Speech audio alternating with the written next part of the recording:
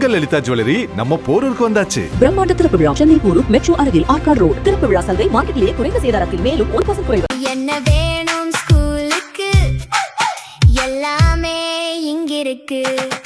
Super Saravana stores, Chennai, Madurai, Kovai. Summer வந்தாச்சு. What's your plan for this holiday? எங்க கிட்ட விட்டுருங்க, நாங்க பாத்துக்கிறோம். GT Holidays, South India's #1 travel brand. Tamil Nadu முதலமைச்சர் சி ஜோசப் விஜய் 2 நாட்கள் அரசுமுறை பயணமாக 27ஆம் தேதி டெல்லி சென்றார். தமிழ்நாடு முதலமைச்சராக பொறுப்பேற்றதற்கு பிறகு முதல் முறையாக டெல்லி சென்ற முதலமைச்சர் விஜய் டெல்லியில் உள்ள தமிழ்நாடு இல்லத்திற்கு சென்றார். அப்போது அவரை தலைமைச் செயலாளர் மு. சாய்குமார், தமிழ்நாடு இல்லத்தின் தலைமை உள்ளுறை ஆணையரும் கூடுதல் தலைமைச் செயலாளருமான ஆர். ஜெயா உள்ளிட்ட மூத்த அதிகாரிகள் மலர் கொத்து வழங்கி வரவேற்றனர். முதலமைச்சர் விஜய் காவல்துறையினரின் அணிவகுப்பு மரியாதையை ஏற்றுக்கொண்டார். இதனையடுத்து முதலமைச்சர் விஜய் பிரதமர் நரேந்திர மோடியின் அதிகாரப்பூர்வ அலுவலகத்தில் சந்தித்து பேசினார். இந்த சந்திப்பின் போது வந்தே மாதரம் பாடல் விவகாரம், வான்வழி அமைப்பு மையத்தினை தமிழ்நாட்டில் அமைக்க வேண்டும், மேகதாது பிரச்சினை, இலங்கை கடற்படையினரால் தமிழக மீனவர்கள் தொடர்ந்து தாக்கப்படும் விவகாரம் குறித்த கோரிக்கை மனுக்களை அளித்தார். அதனைத் தொடர்ந்து மத்திய நிதியமைச்சர் நிர்மலா சீதாராமனை முதலமைச்சர் விஜய் சந்தித்து கோரிக்கை மனுவை அளித்தார்.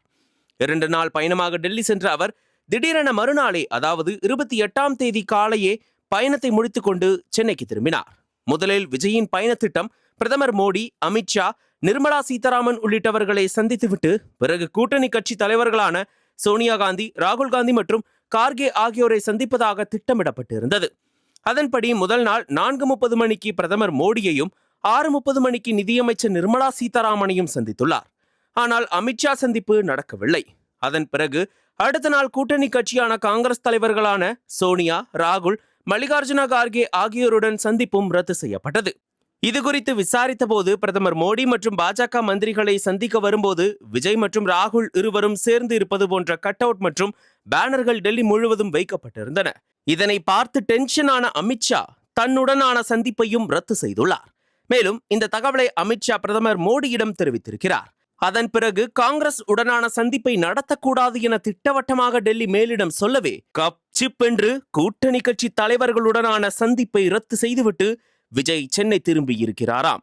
இதனிடையே காங்கிரஸ் எம்பி கிறிஸ்டோபர் திலக், கர்நாடக காங்கிரஸ் தலைவர்கள் ராகுலை பார்க்க வருவதால் தான் விஜயின் சந்திப்பு ரத்து செய்யப்பட்டு இருக்கிறது என்று விளக்கம் அளித்துள்ளார். ஆனால் உண்மை காரணம் அதுவல்ல என்றும் விஜய் தரப்பே இந்த சந்திப்பை ரத்து செய்திருக்கிறது என்றும் கூறப்படுகிறது. 2014ஆம் ஆண்டு பிரதமர் வேட்பாளராக இருந்தபோது கோவைக்கு வந்த மோடி அப்போது நடிகராக இருந்த விஜயை சந்தித்திருந்தார். கிட்டத்தட்ட 12 வருடங்களுக்கு பிறகு தமிழ்நாட்டின் முதல்வராக விஜய் பிரதமர் மோடியை சந்தித்துள்ளார். இருப்பினும் டெல்லியின் மிரட்டல் தோணிக்கு பயந்து ராகுல் உடனான சந்திப்பை விஜய் ரத்து செய்திருப்பதாக கூறப்படும் தகவல் முதல் சந்திப்பே முற்றிலும் கோணலாக மாறியிருக்கிறது.